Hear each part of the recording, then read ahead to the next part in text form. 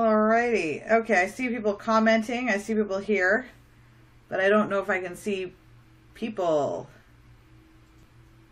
Alrighty. Hello, hello. Okay. Can anyone hear me? Let's see if anyone can hear me. I'm doing this. I have a slight delay here, so I'm like listening to my phone, being like, hello, hello. Oh, yeah. Alrighty. Yep, I can totally hear myself. Sweet. So we're going. Hi, guys. Hello, hello. It's so good to see you, or not see you, as it were.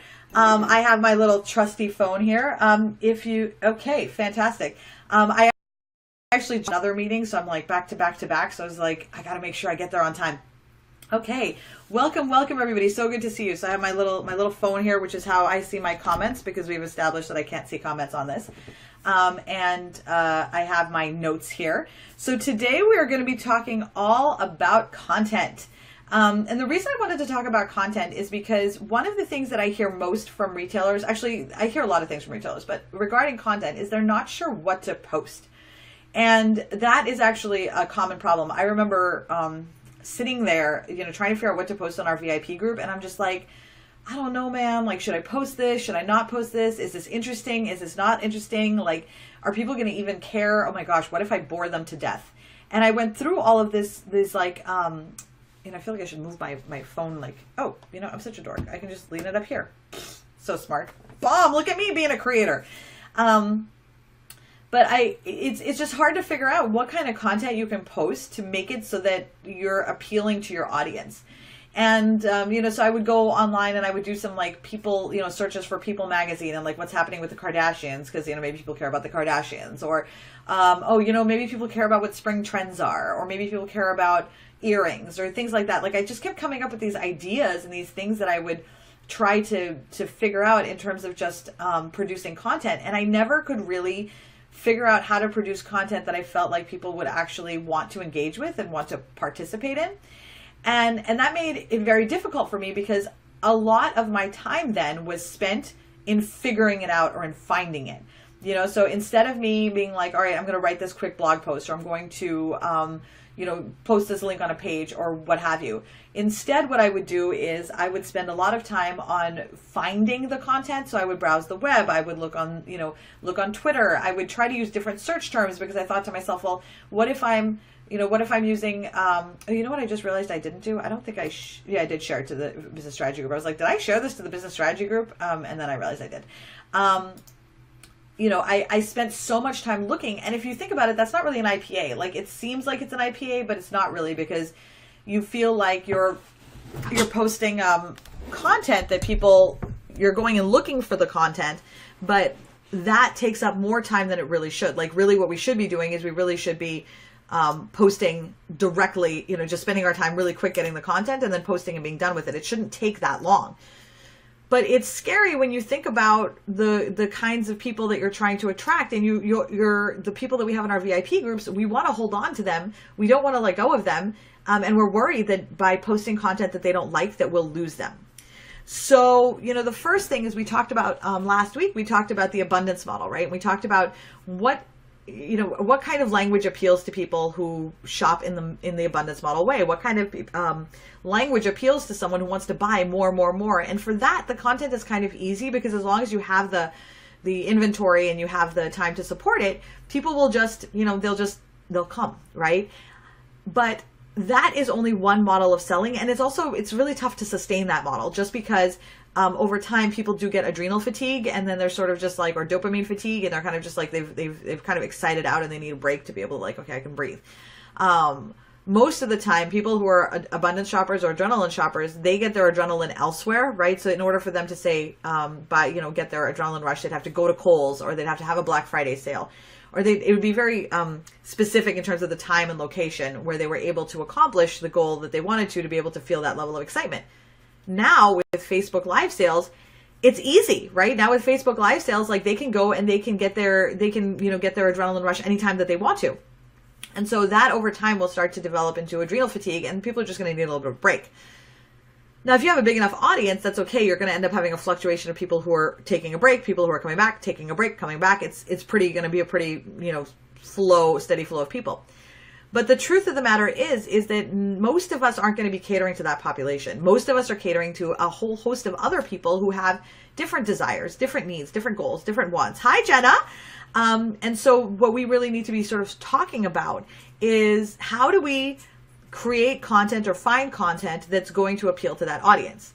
Now, the first thing I want to say is that developing your target audience profile is probably the most important step that you could possibly take in running your business. It doesn't matter what business you're running, whether you're selling LuLaRoe, you're selling Stella & Dot, you're making your own earrings, you're an underwater basket weaver, whatever it is that you do in your business, you have to know who your target audience is.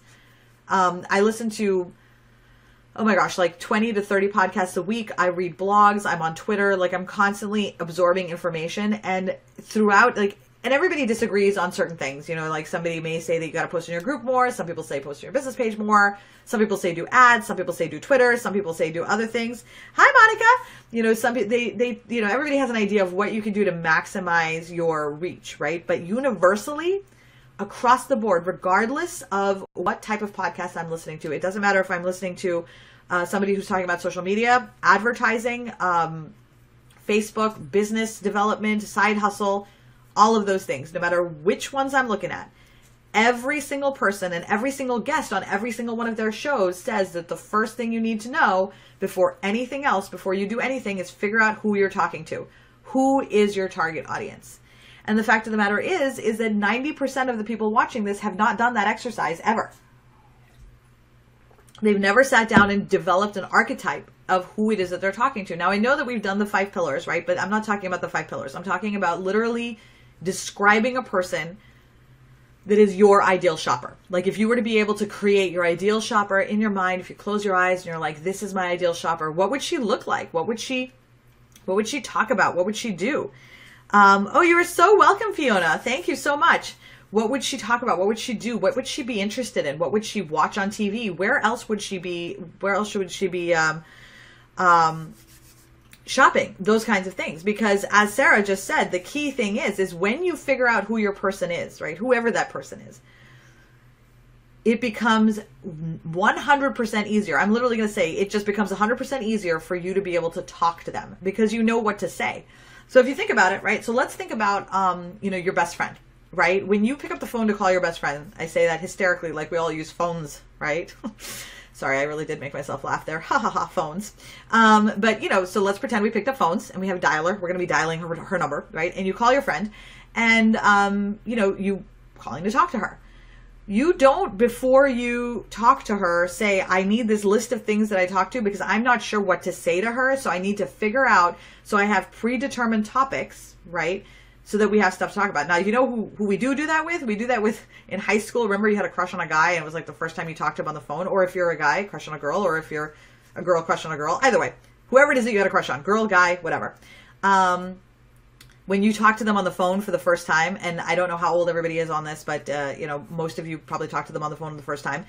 And you're like, okay, now you don't know them at all, right? You think they're cute and you have a crush on them, right? So like you want to talk to them, but you have no idea what to say because you don't know them at all, right? So you come up with a list of things that you're like, all right, if the conversation lulls or it sounds like it's getting boring, I can talk about these things. And you make a list of like, I want to sound smart, so I'm going to talk about this. And please tell me I'm not the only one who did this. Like I'm seeing like no comments and I'm like, oh my gosh, was I the only one who ever did this? But like I had a list of things that I would talk about so that I wouldn't seem boring and so that I would seem interesting and so that he would like me more. So the what ends up happening with that is that like you don't really know someone. And that's why you're having to make this list, right? And that's why we struggle so much with talking to people in our VIP groups, because we don't necessarily know them.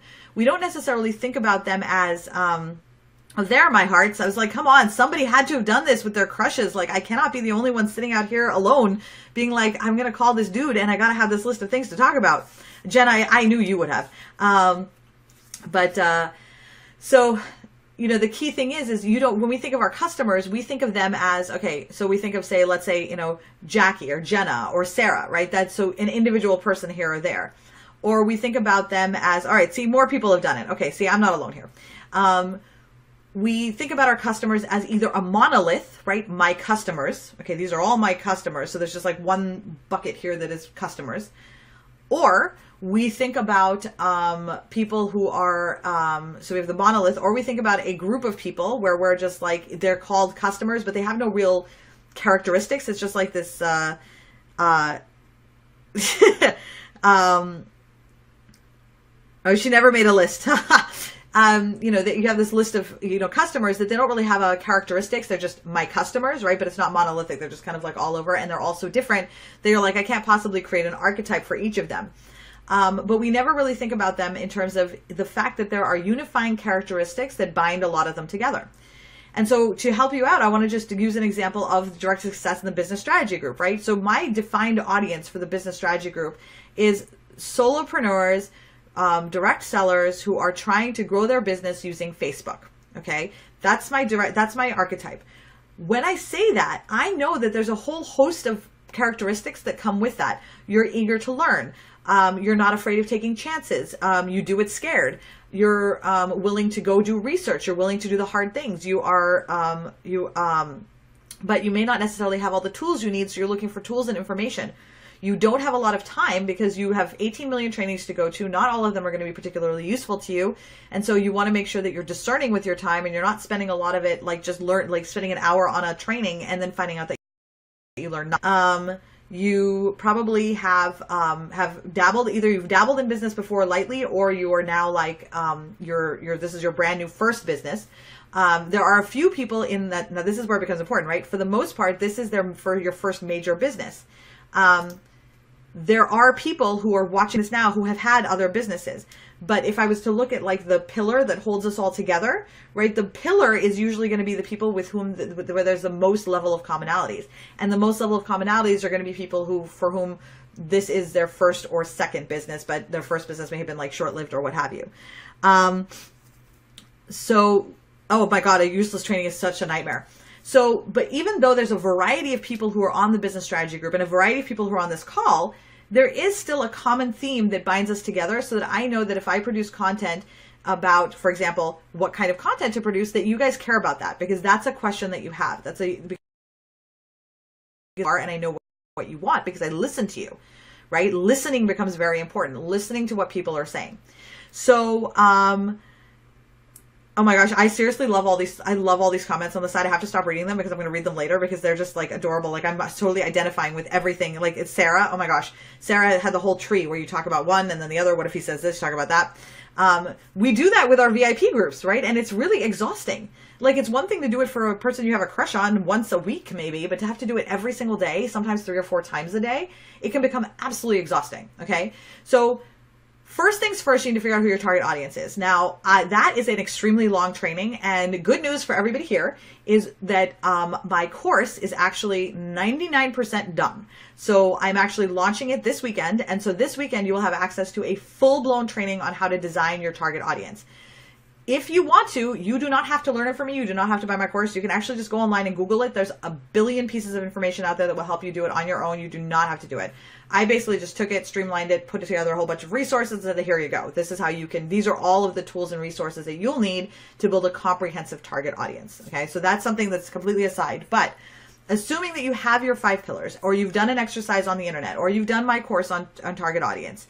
Oh, look at that. All you guys are so happy. I'm happy too.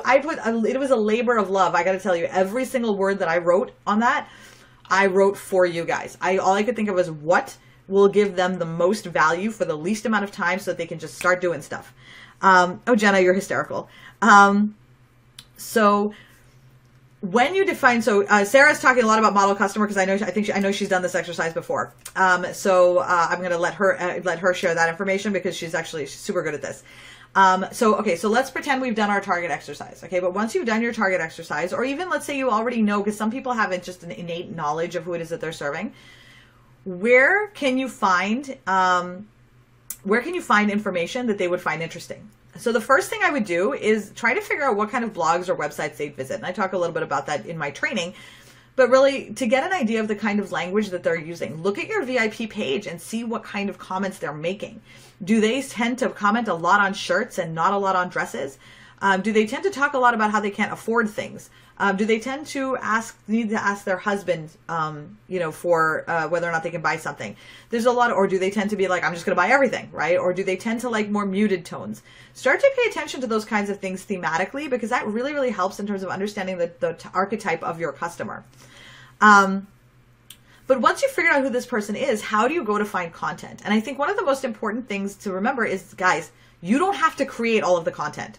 We feel so much pressure that we need to be the ones to build all of our content. That means you have to write all of your posts, you have to find all of your graphics, you have to do all of the work, which means you have to do the research for all of it. And if you're posting 2 to 3 times a day, it can be exhausting. You could spend literally 3 or 4 hours looking for the right content, writing the right post, putting the right image, making sure that it's not offending anybody. That takes a lot of time and a lot of mental energy. And by the time it's done, you don't have the mental energy necessary to do all the other things you need to do.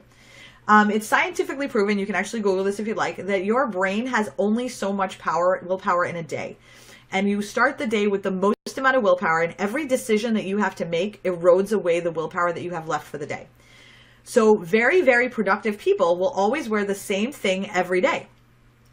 Steve Jobs, Barack Obama, they wore the same outfit every day because studies have shown that that's a decision. What you wear in the morning counts as a decision. So it erodes away your decision-making, pool of decision-making energy. So if you're and that seems like such a waste when you think about it, right? Which is one of the reasons why I really like LuLaRoe, is because I don't actually have to decide anything. I just kind of reach out, and I'm not half asleep. I don't know why I made it look like I'm half asleep, but just, grab something and wear it, and it's fine.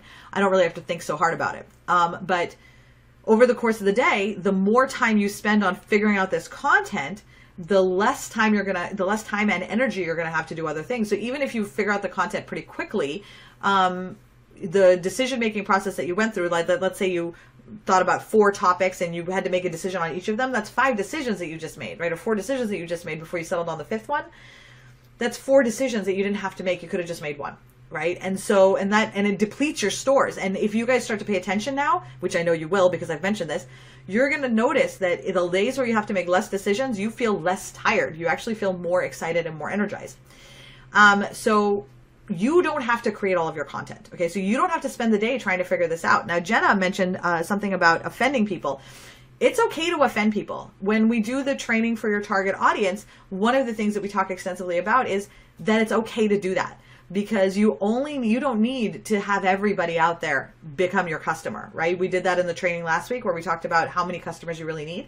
You only really need 1 or 2 customers. And if you only really need 1 or 2 new customers a month, right, that means you only really need to appeal to 1 or 2 new people a month. That means that you can really afford to talk to them directly. You don't need to talk to everybody else. You just need to talk to them. Because the psychologically, the thing that's going to make people buy from you is when they say, she's in my head. Like, she knows exactly what my problem is. Oh my goodness, I cannot believe she knows exactly what my problem is. Like, how did she know? Right? That's why a lot of us who work with women who have low self-esteem, who ourselves have low self-esteem, they identify with us really well because we're able to use the language that they use. We're able to really tap into their psychological need for clothing that makes them feel beautiful.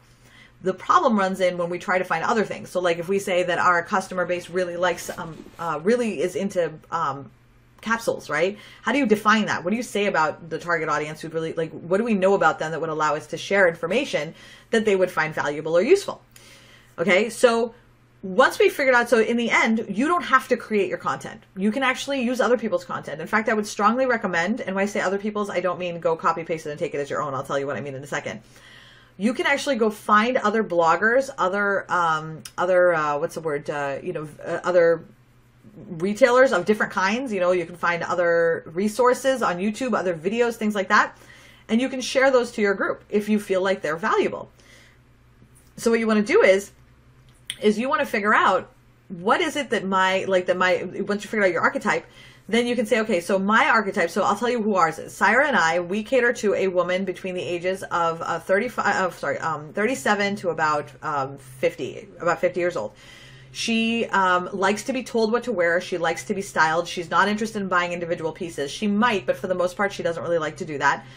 She's really nostalgic and is really into this. She's at that stage in her life where she wants to improve upon herself. Like she's looking for self-development tips. professional development tips, physical health tips, things like that, beauty and fashion tips, right? She's at the stage where she's kind of ready to come into her own, and she's sort of at the cusp. And so she's looking for things that are going to help her to reinforce that change in her life, right? So that's our target audience. We're very specific about it. Once I knew that, suddenly the kind of content that we posted became very easy to figure out.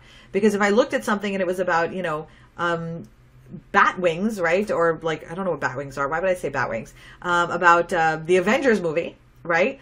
I probably won't post that because that doesn't necessarily fit in with this target audience. But if I see something motivational by Gary Vee or something from someone else saying, or maybe a cool health tip or Instapot recipes for low calorie foods or that are still keep you full and healthy, I'm going to share that. I don't even really need to think about it because I know this person and I know that she cares about eating healthy and saving time while she's doing it, right? So I know that she cares about these things. If I'm going to post about the fact that I went to the gym, I don't have to think about whether they care about it or not because I know that they do. I know that this woman probably struggles with some sort of mental illness, depression, anxiety, what have you, because let's face it, most of us do. So I don't worry about going live and saying, well, I had this kind of day today and I'm feeling a little depressed. I know that if I get a new face cream or a new eye cream that I can go live and share it with my VIP group because this woman wants to know about things like how to get rid of crow's feet, how to get rid of your bags under your eyes, how to hide your pores. So knowing who this person is, it makes it extremely easy for me to just immediately say, this content works, this content doesn't, this content works, this content doesn't. Yes, I am alienating the 24-year-olds. I'm alienating the 30-year-olds who are not at that stage in their life where they're, I mean, and again, I'm generalizing here, but because there are always outliers. There's always going to be 30-year-olds who are already ready for that, and there's going to be 40-year-olds who aren't. But for the most part, that's my eye cream thing is hilarious. I really need to start doing it again, but it's in my suitcase. Every time I put the eye cream back in my suitcase, I forget to do it. The common thread is mostly those type of women. So what do? I go online when I'm ready, when I want to post some content, and you can follow on Twitter, you can follow people who are in that same stage, and they'll post tips and tricks and how to feel beautiful and, you know, eye creams and accessories that you can wear with your dresses to work or what have you. And if you follow these people on Twitter, which I have an article that I'm posting this week about how to use Twitter to generate your content so you don't have to go looking for it. You can now share whatever that article is. Like, you're like, oh, this is a cool article, I'll share it, right? So now because I know that that's something they're going to be interested in. So I don't have to do a lot of work, and it doesn't take me a lot of time because the content is coming to me. That's why Twitter is so great. I don't actually find it great for connecting with our customers, but I find it really, really great for making it so that content comes to me. If I need to go look for content, what I'm going to do is I'm going to use my audience insights button to figure out what people like, what people who like me, what other things do I think that they'll like? And let's say I think that they'll like I look at LuLaRoe and I say, okay, what do people who like LuLaRoe also like?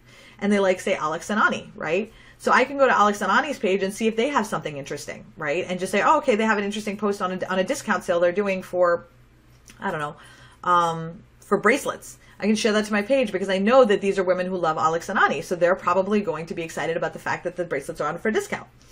Andy can join my group. Thank you so much, Amy. I'm going to go back and go through all of these after, right, when we get to the end. But really, so now you have content coming towards you, right, because you're following the people who your customer base would be interested in. So now all the content you get off of Twitter is all going to be stuff that's valuable to them. So now you have a plethora of content that you can just decide what to do with. You may not even use all of it. Some of it you may say, oh my gosh, I have 15 really good ones right now, so I'm going to take them and bookmark them. I'll use one now, but now I have content for the next 5 days. I can even just schedule posts out for the next 5 days, right? So once you've scheduled those posts out and you're providing value-added content every day, here's what happens. This is when stuff starts to really, oh my gosh, Becky, Ghosty will spin 5,000 times before plopping. It's hysterical. Like, I just wonder when he's going to actually, like, stop. I'm like, are you going to stop ever? Here's what happens. And this is where the cool stuff really starts to happen, okay? So you start right now. Let's say our VIP groups are completely dead. Nobody's talking, nobody's there. All right? But you've created this archetype for your target customer. And you start posting content. You've got content scheduled out for the next 10 days because Twitter was amazing and you got like 10 articles and you're like, one article a day is going to be from somebody else. That means that I only need to write one post myself, which now you've bought yourself like an hour. You're welcome. But okay, so now when you post this, because you're going to post it, you know, with some descriptors in it, if the descriptors fit the target audience, which they will because you've designed this person. So let's say for me, I'm going to talk about feel amazing with this no hassle accessory list for the spring, right? The people who are interested in, you know, in accessories, in ease of use, in time, in that kind of thing, they're going to see this post, the people who are in my group, right? So like, for example, if I post something you know, if I post that, then all the people who are in my group who are interested in that will see that post on their feed. If they come in and comment, then more people like them will start to see that post in the feed. Their friends will start to see my post in their feed because they've commented on it, and Facebook will say, well, if they're interested in it, then it's possible that their friends are interested in it. And slowly but surely, oh, thank you. And slowly but surely, you will find that your reach starts to expand from your group because you're putting content that people in your group care about. And when people in your group care about it, they share it and they comment on it, right? And that's how you get more people to see what's in your group. The more you know, there's such a thing as doing too much, so I wouldn't overdo it. Don't do like 50 posts a day. I would say 1 or 2 posts a day of this kind of content is more than sufficient. I would just do 1. But because you're going to post other types of content as well. Okay, so now you're getting a lot of people seeing your posts and you're starting to create that spidering effect, that spiderweb effect, where as you go further out, more and more people are seeing it. And the more content that you produce like that, that's value added, the more people will want to just deliberately come back to your page. So now what happens after 6 weeks, and it takes about 6 to 8 weeks for these kinds of things to happen, like, you know, to really solidify, is after 6 to 8 weeks, you have people who previously would only have seen your post in their feeds now deliberately coming to your group because they want to see what you have to offer today, right? And that's a completely different way of looking at things where people are just kind of like passively waiting for you to post. Now they're actively going to get you. They're going to see what you posted, right? And that's very, very exciting because now you're starting to use what your activities are starting to get the results that you're looking for. Now, something really important to keep in mind is based on everything that I've learned, and I have like 4 blog posts for the business strategy group and all that, and for my direct to success already. I just haven't finished them all. They're all like 3/4 of the way done and missing like that final paragraph where I pull it all together. But I have another post where I talk about Facebook groups, and based on everything that I'm seeing in terms of Facebook teasing out the groups, creating their own section for them, the recommitment to community building and friends and family tells me that groups are going to be really, really big this year. So Facebook is not getting rid of groups. Groups are going to be really, really important. But what's going to be important about them is how we use them. And you'll notice that on the business strategy group, I've been talking about how do we use our group? What can we do to create a community that's going to get people coming back over and over again that doesn't rely so heavily on us? Because right now our exhaustion comes to the fact that we are literally pulling this Titanic boat on our own and it's on land. And we're yanking it all by ourselves, right? We're pulling it. What we really, really need is to create a community where other people are participating as well and they're creating the content as well so that we don't have to do so much of the heavy lifting. So that we can spend a lot more time on our sales because the community is leading itself, right? And that's really the goal of this. Everything that I post, like from now onward, is about creating a self-sustaining community so that our job can be selling. We don't have to worry about that. We lead the community, we moderate it, we make sure everything's okay, nothing crazy is happening. But our job becomes really to sell. And they take care of making sure the community is continuing to lead, right? And continuing to grow healthily. Think of how much time you could buy in your day if you weren't thinking about how to get your group to engage. Like, forget about just doing it. We probably spend 90% of our days just thinking about it, right? And it's exhausting and it's demoralizing. These are the kinds of activities that will change that for you. Okay. So first is we're going to talk about, so first thing we said was, join Twitter. The next thing is to find video content for your page. So finding video content means basically you can go to Facebook and just do a search for a video. Let's say my group is really into Weight Watchers, right? Video Weight Watchers. All of the video related, Weight Watchers related videos in Facebook are going to show up. You can pick one to share to your group. What's great about that is that the page that posted it gets the credit. You get credit also. And Facebook really likes it when content is being shared among people. So you get a boost from that as well. So now you're just basically taking one activity and you're just like maximizing the impact. If you happen to be very local, right? Maybe you have a lot of local girls or like we have a lot of local customers. We can post something about the bar studio down the street. The bar studio down the street feels really grateful that we posted their video about their classes. They do something in return for us. And now we start to create symbiotic relationships between local and not so local businesses so that we have extra reach beyond just our page. So now all of our outreach doesn't have to be active. Some of it can be passive, because I'm a big fan of passive, guys. The more stuff that we can do passively so that we can spend our active time hanging out with family and not like stressing out, oh my gosh, that's like the best.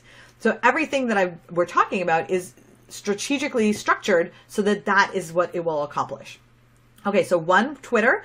2 is using the Facebook search function to look for video and then interest, and then seeing what you find.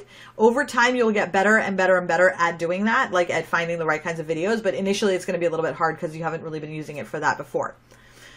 The other way that you can create content is stories, okay? People connect with stories. Things that start, remember when, I was young when, this happened, I met my husband how, oh gosh, today, guys, this happened, right? Tell stories. They don't have to be long stories. They can be short stories. I went to the Starbucks today and, you know, I paid for the people behind me, or somebody ahead of me paid for everybody behind them. So I paid for the person behind me.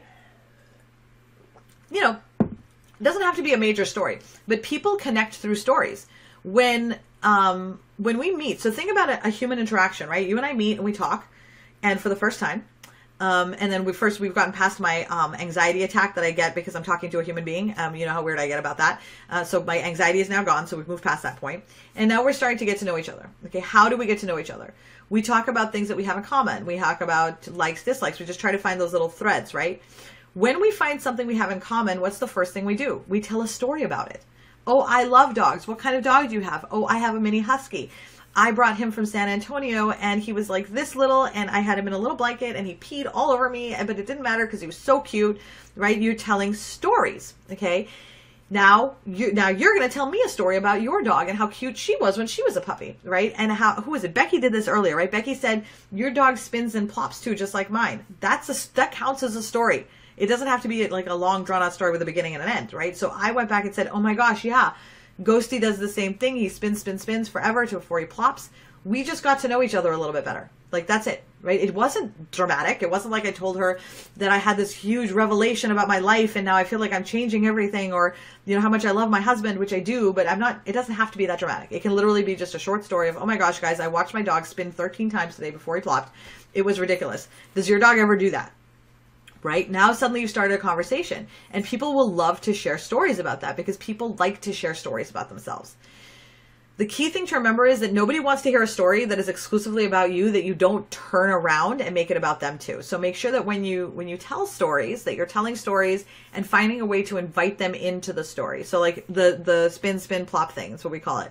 Spin, plop, tell the story. Oh my gosh, what are some of the cute things that your dogs do? Okay, now our customer demographic, by the way, loves dogs. We did not know this about our customer demographic, but once we did our target audience exercise, and this is actually really fun, so I can actually demonstrate how our target audience exercise like really worked well. Well, actually, all you have to do is look at our group to see that it works well, but let's just, you know, back up and say, okay, here's a specific time.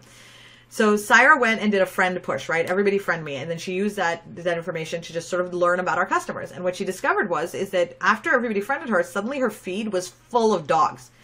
Everybody was posting about dogs, like every single thing, dog. Oh, Jenna, you're hysterical. I don't know why you would have. Everything. We discovered our group loves dogs, right? So now we're posting more dog-centric posts because, I mean, they love dogs. And when you do these, when you do that, people start to get really way more excited. And if everybody's talking about dogs, what you're doing is you're creating a situation or an environment in which another user, another member of your group may feel like they have the ability to also post a post about their dogs, right? I saw this dog today and I thought about you, right? That is a post that they started and puts on your wall, and that counts hugely for you in Facebook. You as an administrator posting in your group, of course, that's expected. But when somebody else posts in your group, that's something totally different. So the post that I made, I think 3 days ago, it talks about community-driven communities. And over the next couple of weeks, that's the kind of thing you're going to see unfolding on the business strategy group as we talk about how to create a self-sustaining community. Can you see that I have a theme going on here? I'm all about self-sustaining communities. So there's so many fun things happening, and I'm like writing this and I'm brainstorming with some people. So there's a lot of fun ideas coming. But for right now, even if you haven't done any of that, you can still do this exercise. You don't have to already have your target audience decided before you start doing this. For the moment, assume your target audience wants to be like you or identifies with you, because that's usually how that ends up being. So that's a really quick and dirty way to do it. So pick things that you think would be interesting and go with that until you finish, until you figure out who your target audience is. Use that as your starting point. And it's simple, it's easy. You don't have to worry too much. If you've already done the 5 pillars, you can use that. But you don't have to have the audience completed for you to start. Because what I really don't want to have happen is you're like, oh, well, I can't do this right now because I haven't started my target audience exercise. No. You can start it whenever you want. In fact, it's better if you start it today. The second we get off, I don't know why I did this. The second we get off the phone, this is not a phone and I'm not wearing a watch. But the second we get off the phone, or get off this call, get off the live, good grief. Can I figure out the words today? I think I'm stuck in the 80s today. It's because I have my cassette sitting here. So I'm just keeping me in the 80s. Okay. I'm going to go, okay, I think I'm going to, okay, did this. Okay, we have a couple more things that I'm going to talk about, and then I'm going to go to Q&A. Okay, so we have stories. We have highlights, okay? Highlights of new products that are coming, right? Just highlights of things that are happening in the business. Highlights of fashion information. Just highlights of stuff that, obviously that's related specifically to your business. Like that, you could use that. That's a content idea. Another thing you could do is invite a guest blogger to post something on your page, right? Bloggers really need more audiences, more people, eyes on their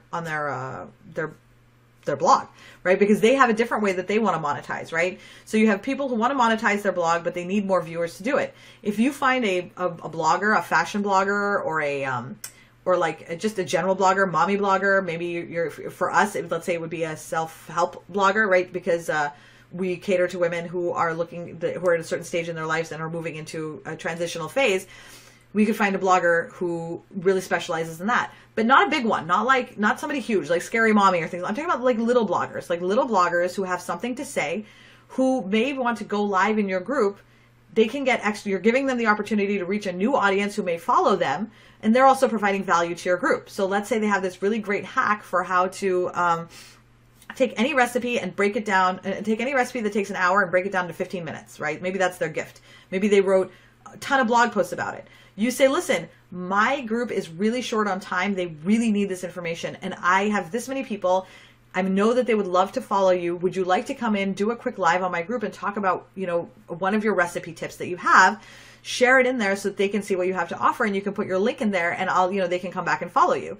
Right now, they are going to be really, really excited because they've been given this invitation. So they're going to announce it on their group, and on their blog, and they're going to say, oh my gosh, guys, look at what I'm doing this week. Okay. So now they are doing, they're advertising for you, you're advertising for them, but they're unrelated. Like they're unrelated in terms of fashion and recipes, but in terms of value add, it's very, very high. Okay. Oh yes, you can, this is going to be available.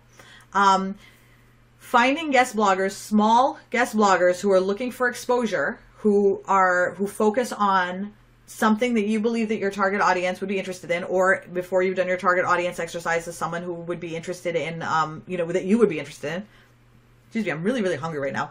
I booked myself back to back from 11, so because I had a paper calendar and an electronic calendar because I'm really smart, and then I filled them both up.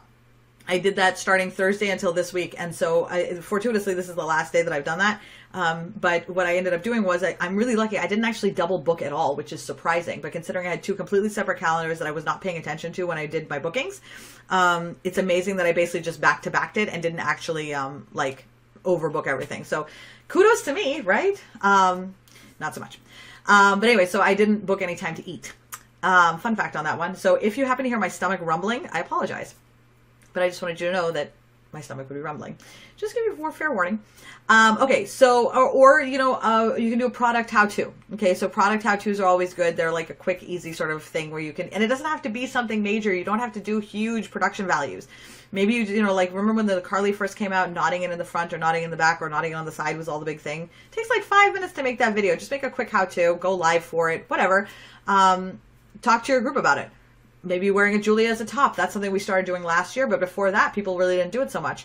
Then suddenly that was a new thing. It only took like 2 seconds to show people how to wear a Julie as a top. Bam. Now suddenly everybody's doing it. Value add doesn't mean that it has to be high production value and like it looks like it came from, an Academy Award winning director. It really just means information that your group wants. Because here's the thing. People who come to Facebook or social media, they come to be entertained, they come to be educated, or learn how to do something, right? Those are the things they come for. They don't come to shop. So if you can create a group that's going to give you the entertainment, the community, or the information, or the education value, or the product demonstrations, people will keep coming back because they're looking for the information. The more you can get people to come back to your group, the more they will shop with you. And I can tell you, and I've used this example a dozen times, and I'm going to use it again.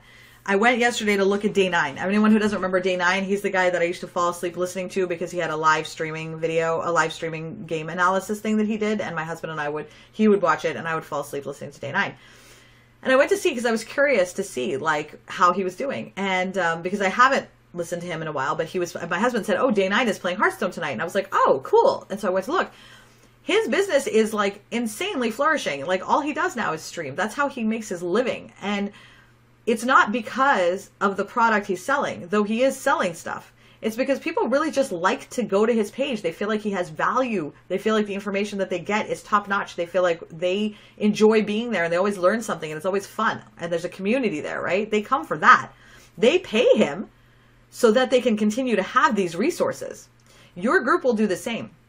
They know that you make your money off of selling stuff. They know that this is a sales group. Nobody's pretending otherwise. But they also will like that they can come to your group to get all the information that they need, whatever it is. Is it product demos? Is it new stuff coming out? Is it tips for how to, save time? Is it recipe tips? Whatever it is, depending on your target audience. If they know that they can go there, they will continue to come back, right? One of the things the business strategy group was pretty dead last year, right? It was really lively that it became really dead because Sarah and I weren't really doing anything with it, right? So this is something for you to know. For those of you who feel like you have a dead VIP group and you're worried about resurrecting it, know that you can definitely resurrect it. I had 17,000 people who would randomly show up in the page, but not really. They just kind of showed up every so often if they had a question, but really the page was all but dead. Just by starting the Thursdays at 1 o'clock trainings, right? And we have one tomorrow at 1 o'clock, by the way. And by posting content that you found valuable, we are now at a completely different stage in the group. And I'm going to actually post some statistics, and I want you guys to share yours too, because I want us to start looking at our group insights so that we can start to learn from them and figure out how we can use it best. So look for that post later on today. But I resurrected it, okay, because I had content. And now here's the thing. You guys probably weren't seeing any of the posts from the business strategy group for a long time because nothing I was posting was valuable because I wasn't really posting a whole lot. But I bet you guys get notifications now. And you get notifications now because the content that I am providing is content that you find interesting. And Facebook knows that. And so it's showing it to you. And that's exactly what will happen to your VIP group. Our engagement rate has gone through the roof. Now, this isn't to say, look how awesome I am. It's to say that the system works. You just have to do the steps in the system.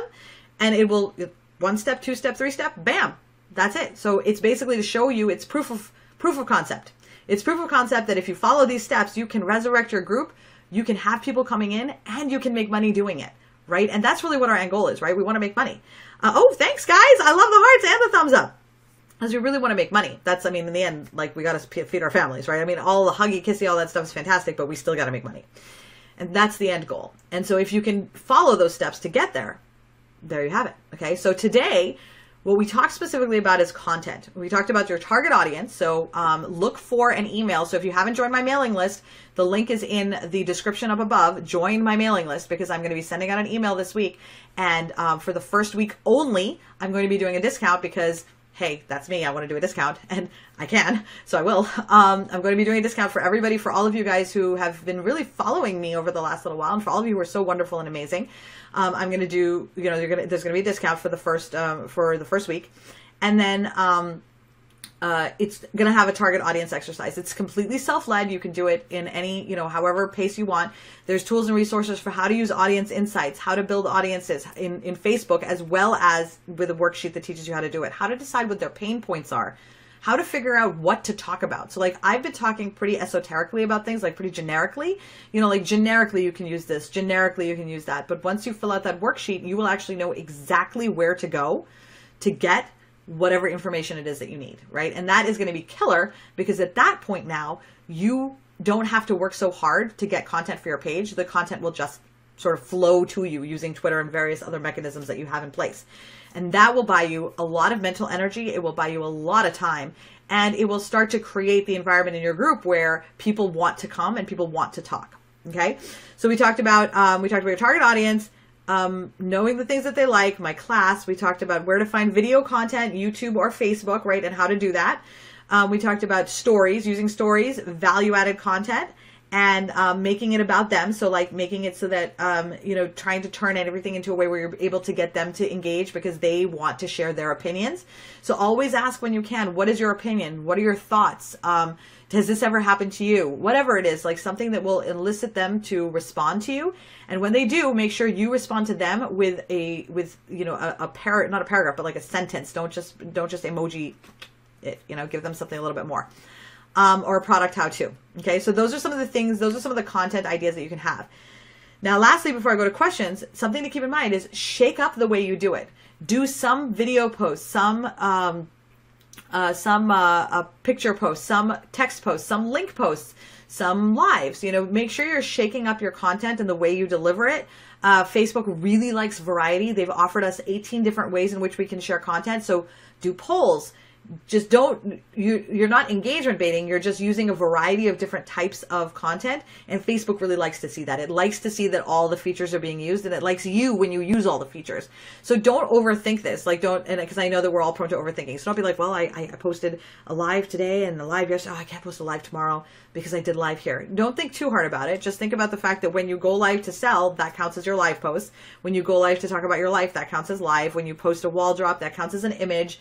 Post a link. Now you have a link, create a poll for, hey guys, I'm thinking of getting the what should I get for Americana? Should I get, leggings or tops or whatever, stuff like that, just shake it up a little bit. And Facebook really likes that. Okay. So that will help. All right. So now we're going to go down the list of questions. This is always my favorite part because I'm so delayed. And then some of these things I'm reacting to it like 20 minutes later. And I'm like, oh, ha, ha, ha. That was so funny that you said that 20 minutes ago. So it works out well. Thank you so much, Fiona. And Sarah Rosales is totally right. It's a game changer when you're talking to the right person. Okay, this is everybody talking about how they wrote the script for their crushes, which is awesome. I love that Lindsay had full-blown... Okay, Lindsay Ross said she had full-blown conversations with herself rather than a list. And I'm going to tell you, so did I. I had several of them so I could really get all of the scenarios. Okay. Okay. Offending people, we talked about that. That's excellent. Okay, Fiona says that she has her best ideas in the morning and schedules her posts to go throughout the day, which is absolutely perfect. That's what I would do.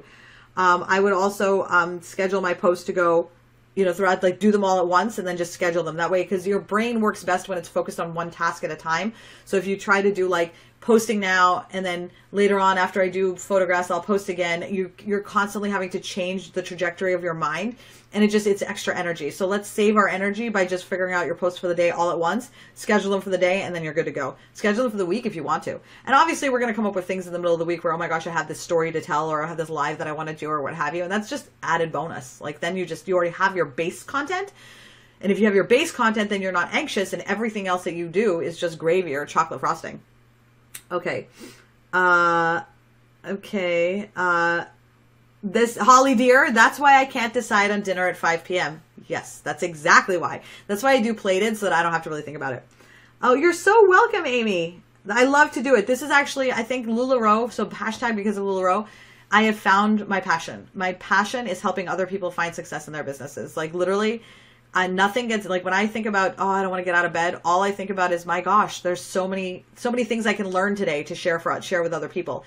And that gets me out of bed. So you guys get me out of bed in the morning. And from somebody who suffers from depression and anxiety, that is like hardcore. So thank you. You guys really give me a mission.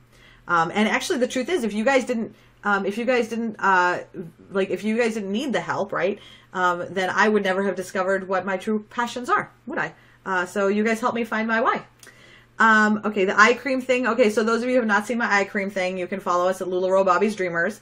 And I do this thing where I have there's this eye infuser and it vibrates and it makes like really weird sounds. And when it touches your eyeball, it's like, it's really weird. So anyway, people love to watch it because apparently it's hysterical. I just feel like an idiot doing it, but everybody else seems to love it. So I keep doing it when I remember. Okay. Oh, thank you, Danielle. Ghosty is a mini husky. He is absolutely adorable. He is the most adorable of them all. Luna is the most beautiful of them all. She's not here. She's the most beautiful. Like, he's cute. She's beautiful. Talon is my big man. He's old and he's struggling, so he doesn't come up as much anymore. Yes, you need to get back on Twitter.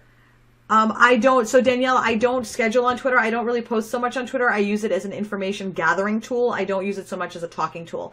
So social media, what's amazing about social media is that you can use it as a talking tool, but also as a listening tool. So when you think about Twitter or Facebook or Instagram or any of those, I know we often think about what to post. Start to think about it a little bit differently. Think about it as a listening tool. Listen to what people are saying. Listen to your target audience, the kinds of people that they would follow. Listen to what those people say. You will get so much information. It will really help you to refine and curate content for your group that is so much easier than trying to figure it out on your own. Like, honestly, other people have already done the work. Let's just piggyback off of them. Give them credit, but let's just piggyback off of them, right? Ilana, you are, I am. Yes. You are usually your target audience or a variation of you. People come and hang out with you because they either want to be like you or they identify with you. So they're going to have a very common thread in there and if you think about it really, like, could you really talk to somebody who is so different from you? I mean, you probably could, but not if you don't already know them, you know? Andy. Okay. So Andy, this is a great question. Does this only apply to a public group? No. So you want to do this in your private group too, right? In your VIP group, do it private. People in your group will see your posts, but you also want to pepper some of that content. And that's why Twitter is really good, because you can find easy content to post on your business page, or you can share some of that content from your business page to your group. And I have a whole training that I do on that one. That's actually the second course in my module. The second course is figuring out how to use your VIP group and your business page together. So look out for that one. When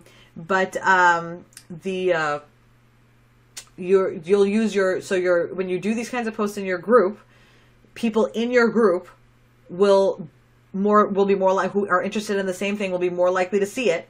But if you want to get reach outside of your group, then you're going to want to post it in your business page. So basically I usually say, if you're going to do something value added, like link related or sale related, I would post that on your business page. And then if you're going to do something like deep and personal, I would do it on your VIP group. But that's a really quick and dirty description.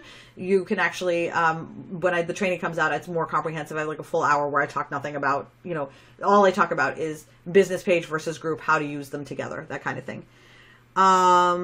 Okay. Kristen, I just answered that. Oh, thank you so much, Monica. That is seriously so. Monica said that she feels like it's amazing to be able to watch someone that speaks with you, not at you, and gets you motivated and inspired. I feel like we're just girls talking. And what I love about that is we are just girls talking. Like, I've been told that I'm unprofessional because I don't tend to stay on topic. Like, I'll, talk about random things like my dog and my cat. I don't have a cat. I'm allergic. Guys, boys, things like that. Boys. I say boys like we're 18, but, boys when we were kids. Stuff like that, because that's who I am.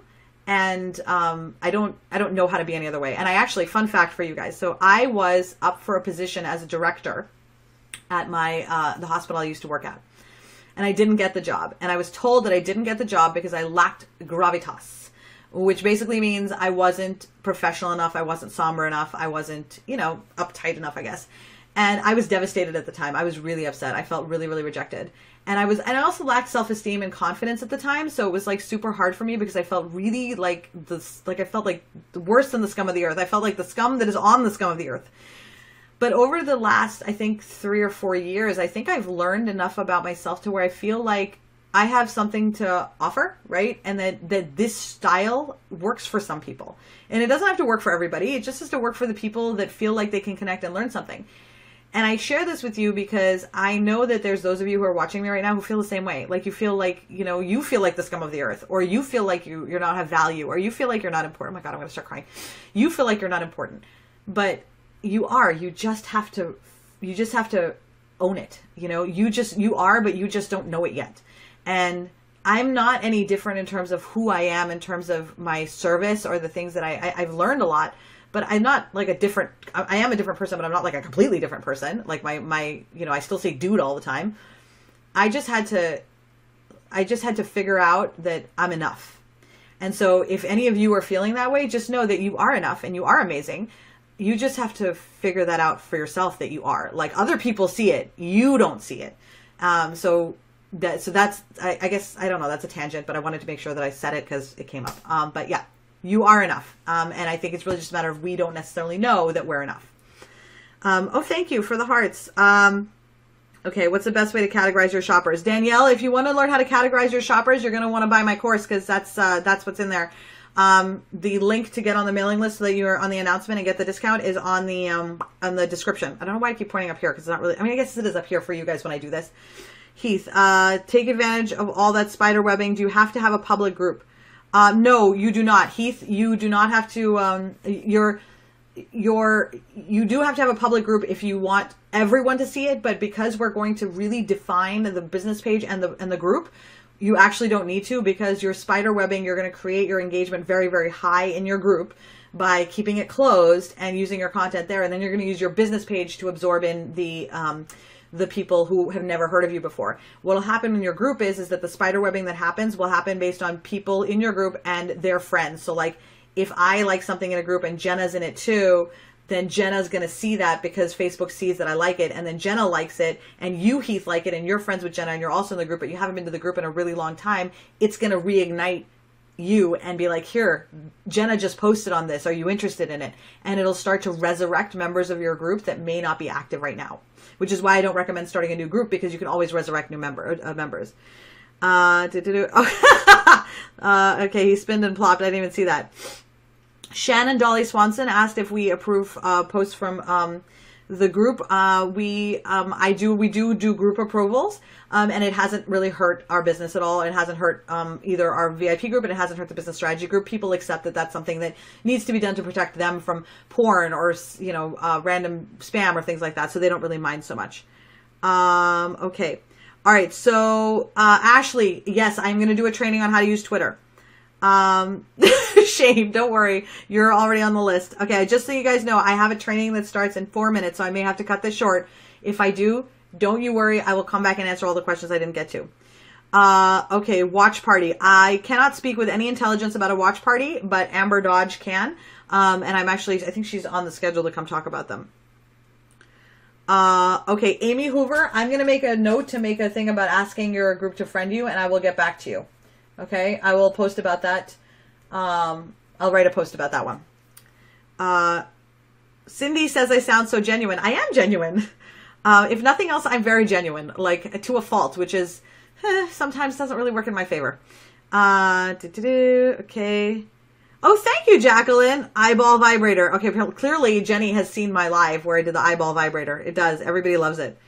I tweet to get ideas.